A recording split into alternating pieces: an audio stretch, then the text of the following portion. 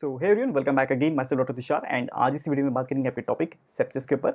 So this is one of the most important topics जो कि exam में आ ही जाता है टॉपिक।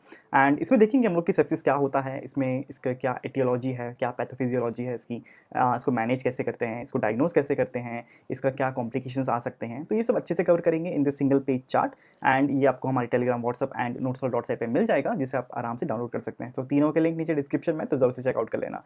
बाकी हमारे कुछ प्रीमियम नोट्स भी हैं, अगर आपने पहले ही परचेस कर लिए होंगे। जिन्होंने नहीं किए तो ज़रूर से कर लो, अभी सिर्फ 99 रुपीज़ का मिल रहा है।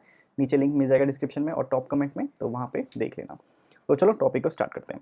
सबसे पहले बात करेंगे व्हाट इज सेप्सिस। ठीक है, सेप्सिस का मतलब क्या है। सो sepsis is a life threatening organ dysfunction caused by a dysregulated host response to infection. Simple सी बात कि अगर बॉडी में कोई इन्फेक्शन होता है, ठीक है, जिससे भी बॉडी में इन्फेक्शन होता है, तो वो बॉडी क्या रिस्पॉन्स दे रही है, वो एक्स्ट्रा रिस्पॉन्स देने के चक्कर में क्या हो रहा है, आपके जो ऑर्गन्स हैं वो डिसफंक्शन हो रहे हैं। तो इसको हम क्या बोलेंगे, सेप्सिस बोलेंगे, एकदम सिंपल वर्ड्स में।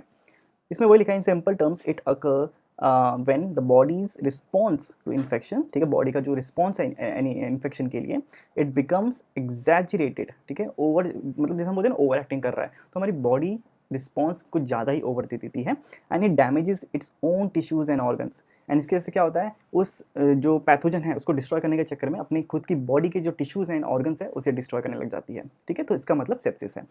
अब ये होता क्यों है, इसकी क्या एटियोलॉजी है, ठीक है, what is the cause behind this. So sepsis can result from any severe infection. किसी सीवियर इन्फेक्शन की वजह से हो सकता है, लेकिन उसके अलावा भी और इन्फेक्शन कॉजिंग एजेंट्स होते हैं, जैसे आपके बैक्टीरियल इन्फेक्शंस हो गए। अब इसमें आपके ग्राम नेगेटिव इन्फेक्शंस जो बैक्टीरियाज होते हैं, so these are the most common.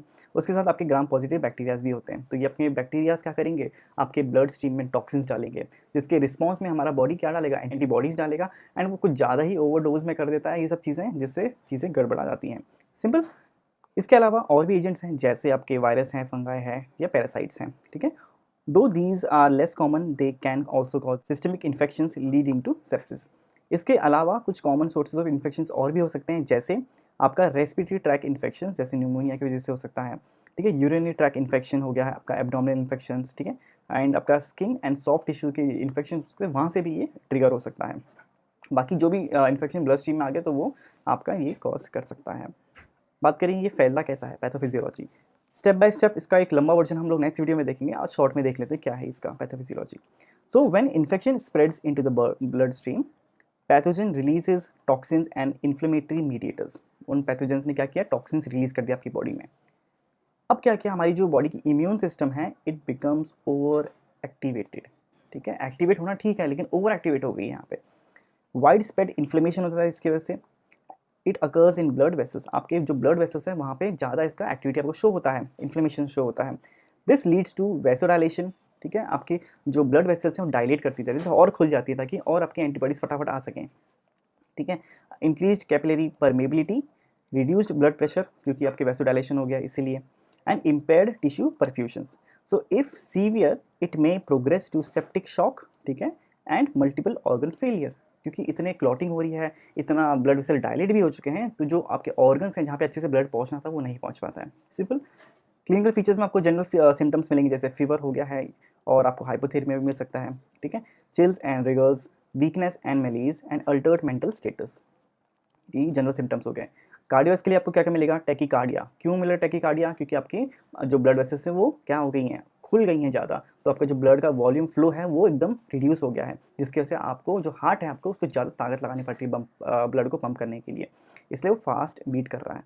Then hypotension, simple से वही, and poor peripheral परफ्यूजन्स, these changes occurs due to vasodilation and circulatory failure. Simple, तो ये भी हो गया। रेस्पिरेटरी फीचर्स में क्या क्या होगा, rapid breathing and shortness of breath मिलेगा। This may indicate systematic inflammatory response affecting the lungs, आपको लंग्स में भी सिम्टम्स मिलेंगे वही चीज़।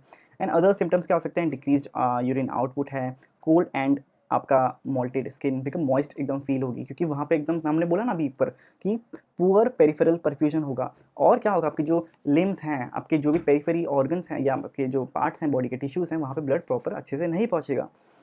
फिर आपका कन्फ्यूजन और reduce consciousness, so these signs suggest organ dysfunction. Simple. इसमें इन्वेस्टिगेशंस क्या क्या कराएंगे, ठीक है। एंड हाँ, जो हम लोग जिस तरीके से पढ़ रहे हैं ना, जिस तरीके से हमने लिखा है, आपको एग्जाम में भी कुछ इसी वे में लिखना है फॉर योर फुल मार्क्स, ठीक है। सो ये बहुत सारे नोट्स को कंपाइल करके ऐसा कुछ बनाया गया है जिसमें आपको एग्जाम में हर एक एक पॉइंट अच्छे से एक एक टॉपिक कवर हो जाए और कोई जगह ही ना छूटे एग्जामिनर को मार्क्स काटने के लिए। तो आपको कुछ इसी वे में लिखना है, क्लियर। इन्वेस्टिगेशंस में आपका लेबोरेटरी टेस्ट आएंगे जिसमें आपको सीबीसी कराना है, blood culture to identify the organism, उस हिसाब से फिर आप उसकी एंटीबायोटिक्स चलाएंगे या जो भी मेडिकेशंस वो चलाएंगे, ठीक है। सीरम लैक्टेट लेवल्स देखना है, आपका renal and liver function test कराने हैं आपको, एंड कोगुलेशन प्रोफाइल कराना है। इमेजिंग में आपको चेस्ट एक्सरे एंड अल्ट्रासाउंड और सीटी स्कैन कराना है, बेसिक्स है ये सारे। कॉम्प्लिकेशंस क्या क्या हो सकते हैं? If untreated sepsis may lead to septic shock, clear. Acute respiratory distress syndrome that is ARDS, उसके बाद acute kidney injury, disseminated intravascular coagulation that is DIC, and multiple organ failure. Simple. बात करें last इसकी final management की कि manage कैसे करेंगे इसे, तो management requires early recognition and prompt treatment, कि जल्दी इसको आपको वो करना है, फटाफट उसको डायग्नोज करके उसे फटाफट ट्रीट करना है ताकि ये फर्दर एक्सकेलेट ना करे। सो इसमें immediate resuscitation that is administration of intravenous fluid to maintain the circulation and blood pressure. क्यों? क्योंकि वैसोडाइलेशन हो गया था, ब्लड को सारे आपके हार्ट को ज़्यादा पंप करना है क्योंकि ब्लड का वॉल्यूम कम हो चुका है, इसलिए आपको क्या करना है, IV फ्लूइड चढ़ा रहे हैं हम लोग। एंटीबायोटिक थेरेपीज में early administration of broad spectrum antibiotics which are later adjusted according to the cultural results, ठीक है। एंटीबायोटिक स्टार्ट करनी है अकॉर्डिंग टू द आपका जो लैब रिपोर्ट आएगी। देन आपका सोर्स कंट्रोल, रिमूवल और treatment of the infection source, जहाँ से इन्फेक्शन फैला है, जो हमने सबसे पहले देखा था, ठीक है, such as drainage of any abscess और रिमूवल ऑफ एनी इन्फेक्टेड राइसेस, ठीक है। सपोर्टिव केयर में आपका ऑर्गन थेरेपी, ऑक्सीजन थेरेपी चलेगी, आपका vasopressors drugs if hypotension persist, and आपका organ support that is ventilation और डायलिसिस इफ रिक्वायर्ड। अगर यहाँ पे तो ये तो एकदम फाइनल स्टेज वाली ट्रीटमेंट हो गई, लेकिन अगर आपने पहले ही थोड़ा मैनेज कर लिया है तो आपको लास्ट तक इतना पहुँचना नहीं पड़ेगा, ठीक है, उनको कंट्रोल कर सकते हैं इजीली। तो ये था आज का टॉपिक आपका सेप्सिस के ऊपर। नेक्स्ट वीडियो में हम देखेंगे परप्यूरल सेप्सिस की, समझेंगे कि अगर यही केस हम ऑप्स के टॉपिक्स में देखें तो क्या होगा इसमें, ठीक है। तो बस आज के लिए इतना ही। वीडियो अच्छी लगी तो प्लीज़ वीडियो को लाइक करना, शेयर करना अपने फ्रेंड्स के साथ, हाँ सब्सक्राइब ज़रूर से कर लो, ठीक है। और हाँ, हमारे नोट्स पता ही है, ज़रूर से देख लेना। बाकी मिलते हैं नेक्स्ट वीडियो में, till then take care, bye bye.